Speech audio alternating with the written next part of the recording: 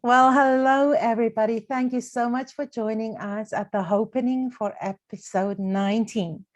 The Hopenning is the place where hope is happening. And if you open yourself up to it, we will absolutely do our best to give you all the hope you need. So I am Marina, and my co-host is Fran. I am a full-time rapid transformational therapy practitioner, and I'm also a singer. And I always love the song from ABBA. Thank you for the music, because Mother says I was a singer before I could talk, for sure. So music is just in my blood. And then I have my wonderful co-host, Fran. Fran has been a teacher for 33 years with elementary school age children, and she lives in Northern Alberta, Canada. And she's also a part-time rapid transformational therapy practitioner. And this month, we are talking about grief.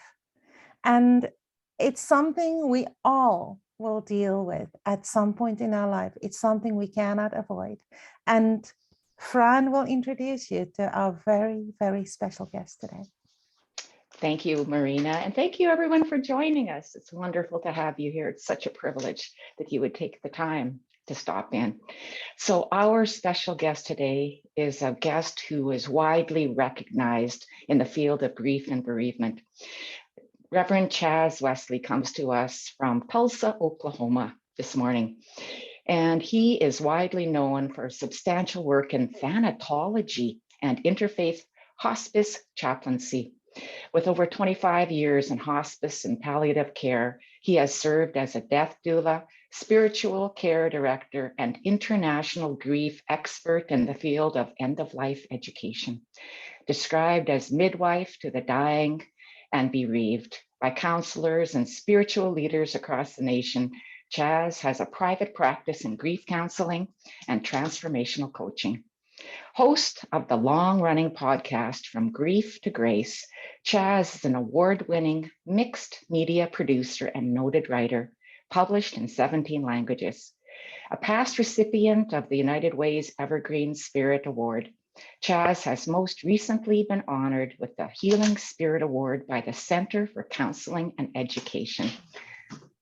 Thank you for being here, Chaz. It's wonderful to have you. Thank you for having me. I'm excited to join your conversation today. Thank you. We're excited to have you too.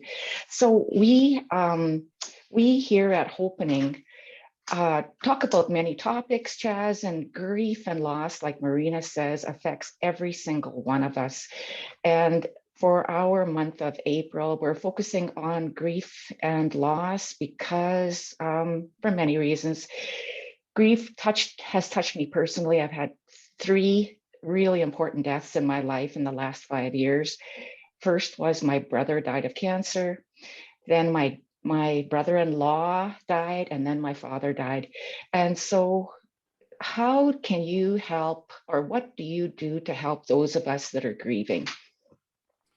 Well, the first thing is just the awareness that grief is an emotion, and it's the heaviest of all human emotions.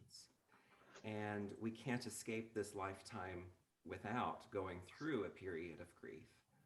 Unfortunately, so many times, especially in the culture here in the Western part of the world, we are still talking about it as if it's taboo. And it's the same with death. We don't like to talk about death for very long. And that's another thing that's going to obviously affect every one of us. So just to bring it into the awareness field and just to shine that light and say, this is real. And when we can do that, we can begin to articulate what we're feeling and know that it's okay to do that. And it's okay to not be okay for a while. So many times people will come in and, sit on the couch and say, I know you're going to talk to me about grief. All I really want to know is, how long is this going to last? When will this be over? And there's no, I have no crystal ball in my office, so I can't tell you that answer. And it's different for all of us. The thing about grief is it is a normal response. And it's funny that we use the word normal, because there is no normal in our life experience that lasts for very long anyway. But it is a normal response to any loss. And the truth is, it is just normal to grieve. And if we can accept that, we can begin the journey into our healing. So, Chaz, I'm very curious. What is your story? How did you end up doing what you're doing? Oh, I'm so glad you asked that, because today is a special day for me. We have anniversaries in life, and sometimes we have what we call angelversaries in life. My mother died 23 years ago this morning. Oh my 23 years goodness. ago when we got on the phone together. Oh. And it's interesting that my story didn't necessarily begin there, but that's when the awareness came. My mother was my very best friend on the planet. We talked every day of my life. She died at a very young age. And so much of my experience mirrors what others feel often. It's like when someone so close to you departs from this physical plane, it feels as though a limb has been taken off of our body, and we'll never be able to function in that way again. And so when my mother died, I went through all of the crazy thought-making stuff that we all go through, didn't know where I was, who I was, what was going to happen next. And so interesting about my story was my mother died of cancer. I had been diagnosed with cancer just weeks before her. And she died really quickly, 10 days from her diagnosis to her death. Mm. And so there was no time to process and understand that. So part of my healing journey began by journaling. We still understand that journaling is number one up there in all therapeutic processes, to be able to, again, articulate, even put it down on paper. And my journey and journaling began there. And that's when I didn't want to be a grief expert. That is not what I wanted. But through this whole experience, 20 some years later, that's what I've been doing. Mm. Yeah. An amazing story. I had listened to one podcast, Chaz, and your own journey went through a lot of grief at that time as well, right? Your mom died, you had cancer. There were other things as well that you were grieving that also impacted that journey. Can you tell us about that a bit? At the time of my mother's death event, I was in a relationship. I was young. I was in my early 20s. And I was doing everything 20-year-olds do, thinking they can conquer the world. So I was doing just that. I was in a wonderful relationship. I was raising 4 foster children at the time, all of them very small, all of them with special needs. So it was a very busy time in my life, as well as working 2 jobs to make ends meet, and all of the stuff that you kind of pack into your early life. And in the moment that my diagnosis came and my mother's diagnosis came, all of that primary stuff in my life became secondary. And that's a feeling of loss, if you will, that moving what is into what was. And understanding that I couldn't be Superman anymore. My own health journey was not a fun experience, as you can imagine. Obviously, I made it through it, but it took about 2.5 years to go through my treatment. And in the process of that, I had to make a lot of decisions, like ending a relationship and not being able to foster children, which had been my dream, because I didn't have the strength to even get up in the morning and take care of myself at that point. So lots of loss. I ended up also losing, when you're sick, like I was, you can't work, so you lose your job. And when you lose your job, you lose your medical benefits. And when you lose all of that, you lose your insurance. And when you lose all of that, you lose your house. I mean, it is a rapid progression of decline. And to find myself sitting in that void was obviously a very depressing moment in my life. I remember my therapist I was seeing at the time, I went in and I said, well, here I am. It's taken everything to get here today. And I'd seen her a few times and she said, I think you're clinically depressed. And there was another void right there, just very silent. And I said to her, you think? Like, are you just coming to this conclusion? I had been depressed No one needed to attach the word clinical to it for me to understand that, because I knew how many times the ceiling fan went around in a minute's time, because that's where I was. And that, again, I'll just call it the void. It feels numbing, it feels painful, but what we have to understand is that's part of the grief process, and not to push it away or suppress it, but rather to live into it and express it. And when we do that, we understand that grief isn't a horrible, bad thing. Grief is another, as I might say, an expression of love. We grieve because we have loved. And so to connect those two always throughout your journey is such a transformational thought to begin to plant and nurture, that grief is an expression of love. So I've had an inquiry, and we chatted a little bit before we started. How would you help somebody who feel as if they cannot move on? They're just stuck in their grief. Again, being able to even articulate that is a major turning point. To be able to say, I am stuck in a world that says you should never be stuck. To be able to say, I feel numb in a world that says you feel a lot of things, but numbness should not be your given. And so be able to just bring that, again, into that light of awareness and say, this is where I am. This is who I am right now. And it's a valid way to be. Starting there is so important. And we know this even through RTT, to be able to articulate where you are creates that point of attraction for what the next thought and the next belief might be. And so much of the time we play around that. We kind of dance around where we are because we like to go back and say, this is who I used to be, and that's what I like to get back to. There is no going back, ever, about anything. Trust me, I know, because I've tried on 3 pairs of slacks this week, and I've been in pandemic for 2 years, and they don't fit anymore.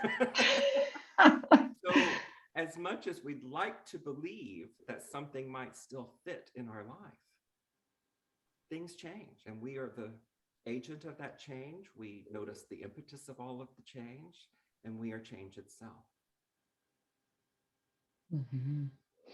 I know you talk about unfinished business of prior losses. What is that about? Oh, we have, again, a lot of loss throughout our life experience, and we often think that loss is the loss of life. So a death occurs in my life. But let's talk about it more general than that, because loss isn't just around life. It can be around anything. I will share this with you. I lost my cell phone yesterday for about 20 minutes. And that was one of the worst 18 minutes of my life, because I was going through all emotions, like, who am I without it? All of these things, the pain of thinking of everything that phone holds for me, my calendar, my link to Zoom to meet you. I mean, everything was on that. And so loss is not just about life, but about anything that is lost. And even more than that, it's a feeling of separation. So we have to understand that as well. And that's part of this whole thing. So much of our experience, again, we don't bring it into our culture anymore here in the Western part of the world. And so it's hard to talk about because we've not been an experiencer of the conversation. We've grown up in families and cultures where it was talked about behind closed doors. Children were never included in the conversation. So in that foundational part of our learning, we weren't present to it. And I'll share this about my story as well, because it mirrors so many. I was brought up in a culture and a family, and I don't want to blame my family, but a time in which it was understood that big boys don't cry. Right. That was the thought. That was what was told. And it came through many different ways, but it always equated to sadness or grief or crying equates to weakness rather than your strength. And if you've read one page of Brene Brown, you understand that vulnerability is our strength and not our weakness. And so to flip that or transform that thought of big boys don't cry to yes, they do, because I can open my Bible or just remember the first verse I ever memorized, that there was a man and he wept at a grave. Mm-hmm. And we all learned that Bible verse in Vacation Bible School, Jesus wept. But truly, it's the next verse of that when I was going through my journey, I'd never heard. And the next verse from that story, Lazarus had died. He was in his tomb. Jesus stood at the grave and wept. The next verse says, the Jewish people, which were his friends, his family, his culture, who stood behind him, metaphysically, that means they supported him, said one thing, look how he must have loved him. Right. That culture, that family, that understanding was not, here's a tissue, don't cry. It wasn't get over it in a week. It wasn't you've got 3 days of bereavement and then I'll expect you back at work at your normal rate of productivity. They supported his grief, his loss, his sorrow, and they equated it back to look how much he must have loved him. Let it be that. I love that. Yeah. There is, in our family, we're like your family, right? You didn't cry. We didn't even know how to support people in their loss. We were never taught that. We didn't have a loss. I'd never had a loss. So when my own brother died at the age of 13, and I was in my 20s, I had no idea how to support my mom. And I look back on it now with regret. Like I wish that I had known how to support her. As someone who is supporting, who's standing behind, right? Standing behind Jesus, look how much you must have loved him. What advice would you give for those of us who are trying to support someone through their grief? Well, it's the same thing I have to remind myself every time a client walks through the door, and I'm sure it's the same with both of you, is that this is not my journey. And when I hear something, there is a difference between hearing it and listening. And so much of the time we are waiting to respond to something. So we are not present to them. We're not present to their grief. We're not present to what they have walked in with, but rather we are present to our response so that we can fix it, so that we can heal it, so that we can at least lighten the load. And the truth is, to validate where one is great support. To simply be able to say, I see you, I feel this pain with you. We understand in grief counseling that shared grief equals diminished grief. So think about it like this. If you were walking up a really steep hill with a 5-gallon bucket of water, it gets heavier with every step. And out of the woods comes someone, and you don't care who that someone is. You don't care the color of their skin. You don't care the religion. You don't care anything about them as long as they can help you carry this heavy load up this hill. And when they take the other side of that handle, it lightens our load. And it's the same with our grief experience. If someone can just walk with us, not to carry our grief because they can't do that, but sometimes just to carry us so that we can hold on to our grief.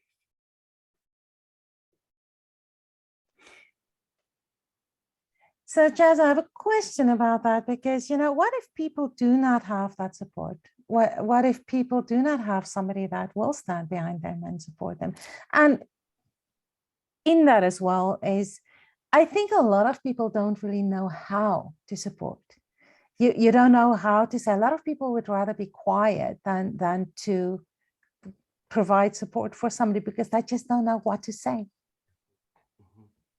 That is so true. We don't know what to say, and we often end up saying something that we later regret, or it feels like we've stuck our foot in our mouth, if you will. So there's these cliches and platitudes that come to us from everywhere. And again, it's because that's a learned habit, a learned trait in our culture. So I often hear people who might say, well, they're in a better place now. I remember that being told to me. I would go and yank my mother out of her heaven, out of her paradise, to be with me for one more day. So don't tell me she's in a better place, because that's insignificant. I have a client right now who lost a baby at the age of 2 weeks. And when that happened, it's a young couple, their first child, and people continuously say things such as, well, you're young and you can have another. And so what does any of that do for us? Nothing, except that it makes us angry. It makes us react in a way that may not be helpful. So sometimes we are looking for our support in places where it is not. And what we have to remember is that there are people and places that specialize in support, and you may need to go that route.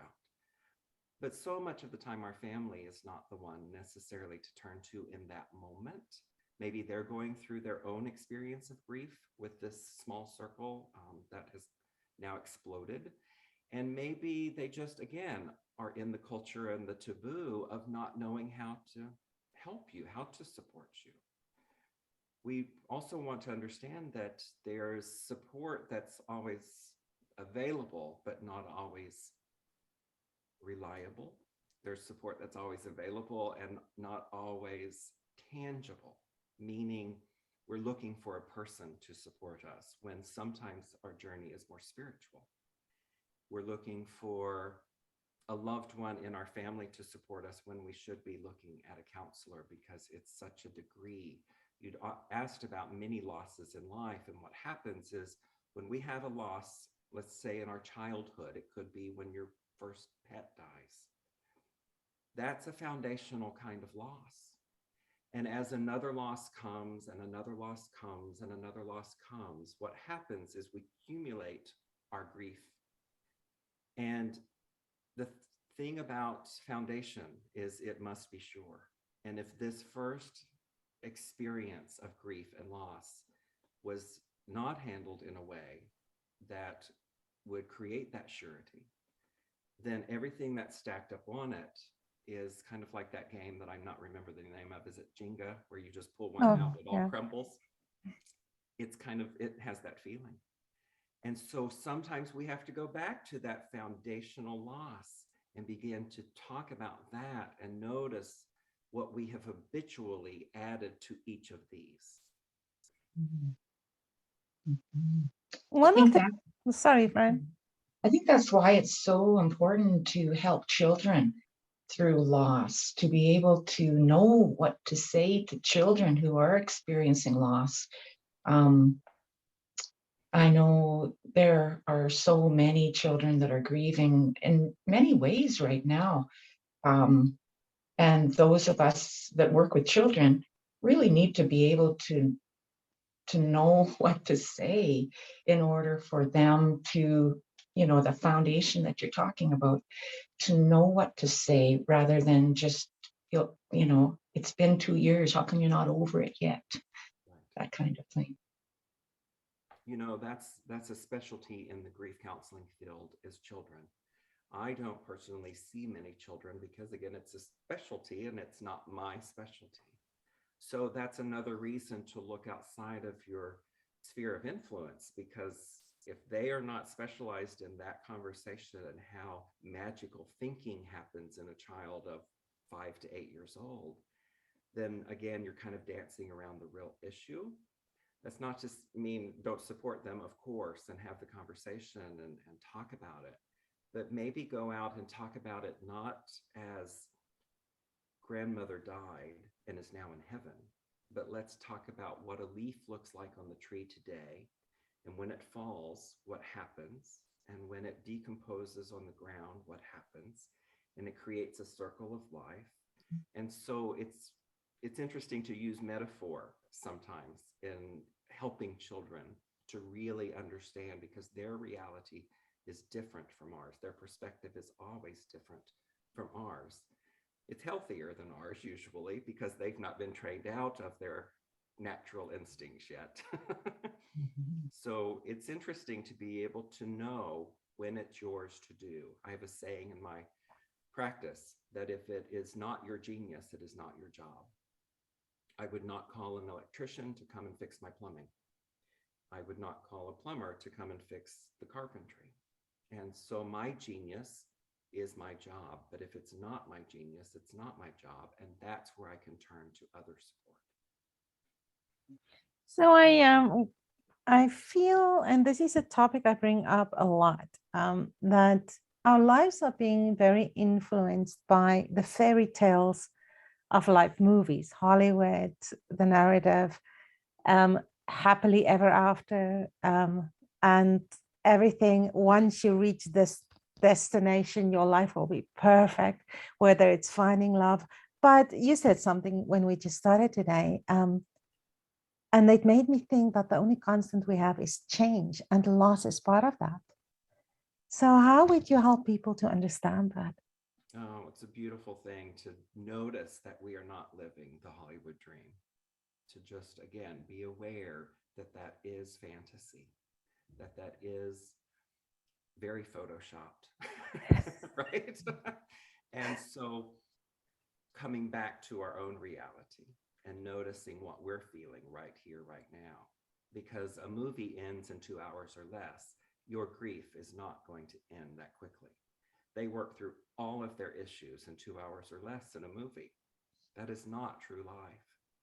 And so we have to understand that when you know this as well as RTT specialist, the neuron pathways in our brain become highly efficient to stress. And in this time, in this age, in this space, with all the upheavals of a global pandemic, of cultural, environmental, racial, economic issues, they're going on all around us, and we're bombarded all the time with that information through media, through phone, through whatever the modem. But it takes less and less to trigger that stress response.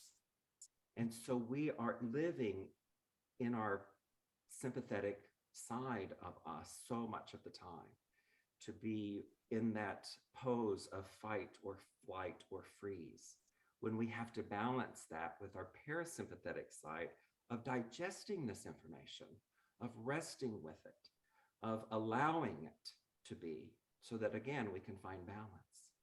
I grew up on a dairy farm. I was born on a dairy farm, and way back in the day, before they had all of the electronics that they use now to milk cows and move milk, this was the old-time, old-fashioned way of sitting on a stool and doing it with your hands. And the most important thing on the dairy farm was a 3-legged milk stool, a dairy stool. And you've all seen those. 3 legs holds it up. If you think of yourself as that stool, you'll understand that you are physical, emotional, and a spiritual being. There's so many other sides to you. There's the cognitive, the behavioral, all of that. But these are the pillars, the physical, emotional, and spiritual. And if at any time those are out of balance, what happens? We tilt, we fall over. And so we're always needing to just notice and hone those muscles of whatever it is. I have a wonderful client who is a bodybuilder, a competitive bodybuilder. And every week that he's in competition and he comes to see me, it just gets better and better. I mean, it's eye candy for anybody. And so he walks in and he's in the mode, and he's working out 2 and 3 times a day for competition. Interestingly enough, when his mind is there on that competition, we cannot have conversation about his spiritual side or even his emotional side. It always comes right back to how many reps he's doing and what his diet is this week and how many days it is until competition. And so that 3-legged stool of his is a little tilted. So we bring it back and say, let's look at the other part of you, right? And it's the same for us, especially in loss. We get off balance because we are always fighting or fleeing from our feelings when they are as much a part of us. Our emotions are part of our human understanding. You know, you talk a lot about mindfulness and how important mindfulness is in the whole trusting the process. Can you just explain that a little bit, please? Mindfulness can mean many things to different people, But what I really want to just again say is awareness is a huge piece of that. And awareness is a part of mindfulness. So you come to the awareness, whether you like this reality or not, to be aware that it is happening and to be aware of your response to it. Even if you don't like it, there's a response because we're saying, I don't like it. I don't like it. I wish it was different. I want it to change. I don't want to be here with it. Mindfulness brings us to the understanding that it is, whether you like it or not, it is. I did a lot of work some years ago with Byron Katie, and she's very instrumental in teaching about what is and becoming the friend of what is. And she would often talk when I was with her about her own experience, of course, of living into trauma and being so depressed that it took her to her knees and into a halfway house, actually.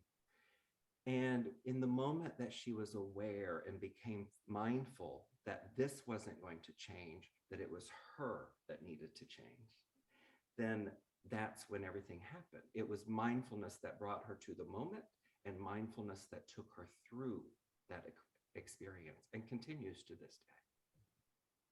I absolutely love her. And it's a little bit off topic, but I think of her a lot when I work with clients and her process.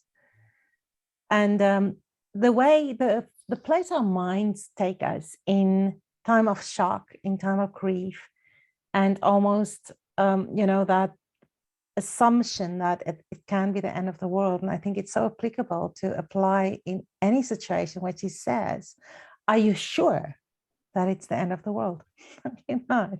So I actually use that a lot. It's actually a very, very good lesson for me in everything to apply her teachings. Yeah, it is. I use her teachings all the time. It's actually what saved my life, to come to that awareness of, I can ask every thought that comes through my mind, is this a true thought? And so many times we lie to ourselves and say, well, of course it is. And so it's interesting that her next question in her process is, are you sure? Is this really absolutely 100% guaranteed truth? Because we have in our minds that habitual habit, if you will, of thinking what others have told us, of bringing into our world what is not. So what color is the sky? First thought was blue. There's no truth in that.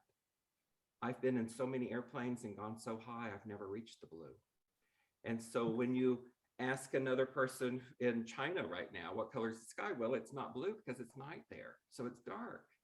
Or they can't see it from the smog. I mean, there's all kinds of different stories. But isn't it interesting we don't ask the sky, what color are you? We ask everyone else's opinion, right? Instead of going to the actual moment of reality. And if we could ask the sky, what color are you? It would probably say, I'm every color of your prism, bouncing off of your planet. And so wherever you are in relationship to that, the reason it shows up blue is because most of our planet is blue, water, and it's bouncing from that. So it's just going back again and again to finding our truth. And in our grief and loss experience, we are motivated by a lot of untruth because it's what's been taught. It's what our culture says. And we kind of need to look at some other cultures who get it a little more right than our own sometimes to find that relief and that support. And it was 2007 when I was just 40 years old, 39, when I had a boyfriend, and he was 43 when he suddenly passed away. And being the caregiver kind of person that I always want to fix everybody. I always want to fix everything. In 10 years prior to that, my father was in a horrible car accident. And I felt like between a few of us, we prayed him back to life. So when my boyfriend got sick, I believed I could pray him back to life. I've done it before. And I couldn't. And one of the biggest realizations and epiphanies to me was the Serenity Prayer. Exactly what you say, to recognize that I cannot fix everything. Some things I can control, but that was one thing I couldn't control. You said something there with the word fix, because we have that habitual thought that I can fix this, I can fix you. We go into relationships with that thought. And so what I really like to tell clients all the time is I can't fix your grief. And even if I could, I wouldn't, because it's part of your experience. It's part of your love. It's part of your life. There is no need to heal or fix our grief when we can live with it a little more gently than we are usually, and to incorporate it and embrace the process rather than deny it and avoid it and suppress it. So just know that it's real. It's part of our reality. It is what is. And who are we when we arrive to it? And how can we move through that with new thought, new understanding, and new beliefs? So there are a few scenarios for me, and I almost in my mind, I always sort of categorize it. You work a lot in end of life as well, and being a doula for that. And to me, hospice care, expecting a person, especially an elderly person, that it's expected that they will pass. But it's that a child who passes, a person who dies way too young, that to me, it's that shock that comes with it. How does that differ for you in what you see in your clients and how you handle that?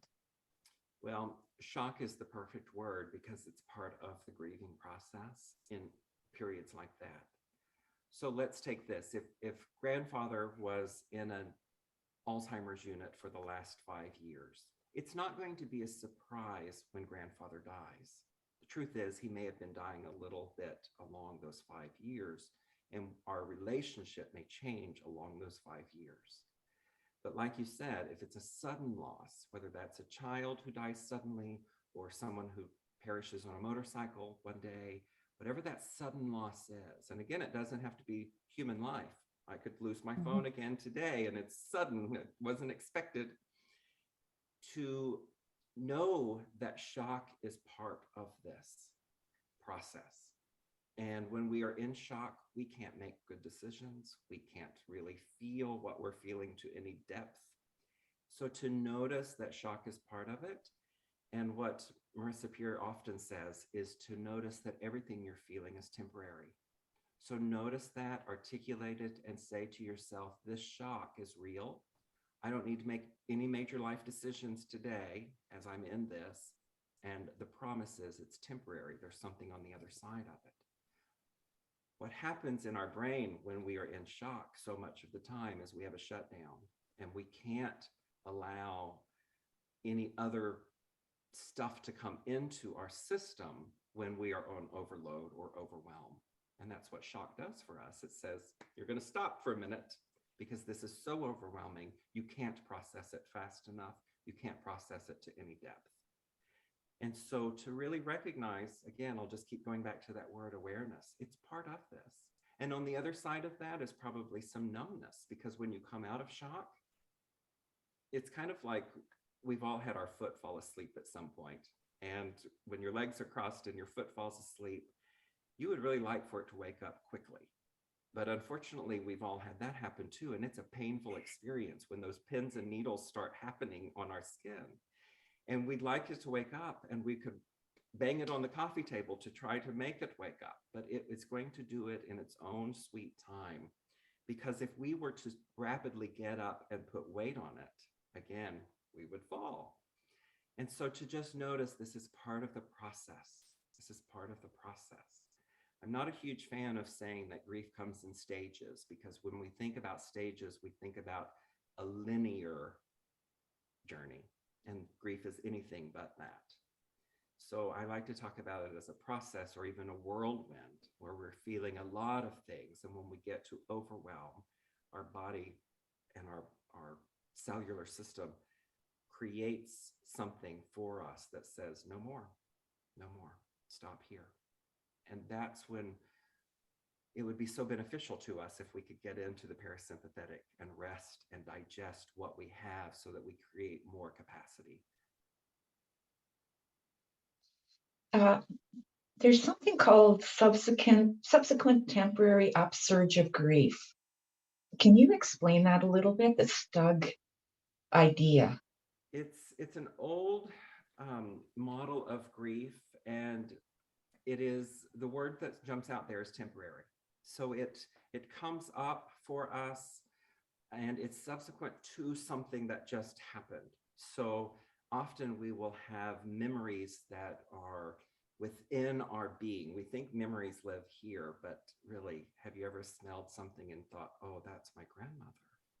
Or if you've heard a song and you think, like Marina said, that was my lover then, or that was my childhood memory, or something will take us. You could touch a fabric and feel that and go back to, oh, this feels like something my mother created, or whatever the case may be. So when we have that, and then this temporary memory comes up, if you will, we can get stuck in that, or we can understand that how lovely this is, that that loss never really was lost. That memory never really was lost. It comes back to me from time to time. Incorporating, we use the word remember often in our language. Break that word apart. It's member, and we are reorganizing it into our body. We are re-accepting it again. That member might be a person, a place, a thing, an idea, a hope, a goal, a dream, and to remember it in that way. And again, we go back to the understanding it's temporary. It's temporary. And so to be able to move through that is a wonderful thing. It's not what we've been taught. And so this is new neural pathways that we're creating when we understand that. That's absolutely amazing. So, Chaz, in closing, any advice you can give to our audience? I know it's something we really cannot avoid. So, any last words that you can leave us with? Again, rather than even trying to avoid it, imagine what it would be to embrace it. And if you can't get there, which we often can't in our raw, fresh grief, is to really get to the place of accepting that this is what is. Because if you can, when you can get there, that's when the grief journey actually begins. We think grief begins right at the time of loss. That's not true. We go into shock, we go into denial, we go into disbelief, we go into numbness. Grief often doesn't show up until you've gone through your first year of firsts. And that's hard to hear for many people. But if grief is the normal response to loss, and it is, and it's normal to grieve, and it is, then we often have to go through all of those first things, the first birthday, the first holiday, the first anniversary of a death, until we're able to wrap our mind around it from a different perspective. So if I were to say anything, I would just say that resilience is a very personal thing. And we are resilient beings, but in our time of grief, we feel anything but resilient. And so to just be able to look beyond the appearance of things, and remember that hope, as your name is, your show is named, is also one of our major emotions. And we can reach for that at any time. It doesn't mean that is going to come true. It just means that there is the possibility, and hope comes up in times of grief, in times of war, in times of famine, in times of distress. It doesn't mean that we're reaching for a place of faith, but rather to hope that something is even possible. And anytime that comes into your grief experience, milk that for all it's worth. Mm-hmm. Focus on the positive, right? So, Chaz, how can hypnotherapy, how can what we do, Marina and I, help with the grieving process? What would you say that to the people that are viewing today, what the RTT process can help? So RTT is so well known to bring meaning and significance to an event, to a belief, to a past thought. And interestingly enough, Elizabeth Kubler-Ross, who wrote so much about death, dying, and grief, really introduced us to the stage model of those 5 stages that we've all heard of: anger, bargaining, depression, all of that to acceptance. We don't necessarily teach that model in grief therapy as much as we used to, because there are so many other models. And Elizabeth Kubler-Ross understood that that's really one model for one thing, and that was a sudden loss, an unexpected occurrence. And most losses are not necessarily that. So as that work has continued, her partner has included now a 6th stage of the grief process, and that is meaning making. And what RTT does is it brings significance and meaning making to our old, stuck, limited beliefs. And if we can recreate meaning there, if we can recreate the story there based on truth, as Byron Katie would say, then what you do is you bring forth new significance, new meaning to that. And as you both know, that can happen in one session. That could happen right then, right there. My favorite word about RTT is rapid. It is fast. And my second favorite word is transformation. It is transformational. And it's going to create an understanding that, yes, there is significance in all loss and in all grief. But if you're not looking from it from the right perspective, or you're looking at it from a past limited belief, then again, that foundational grief has never changed.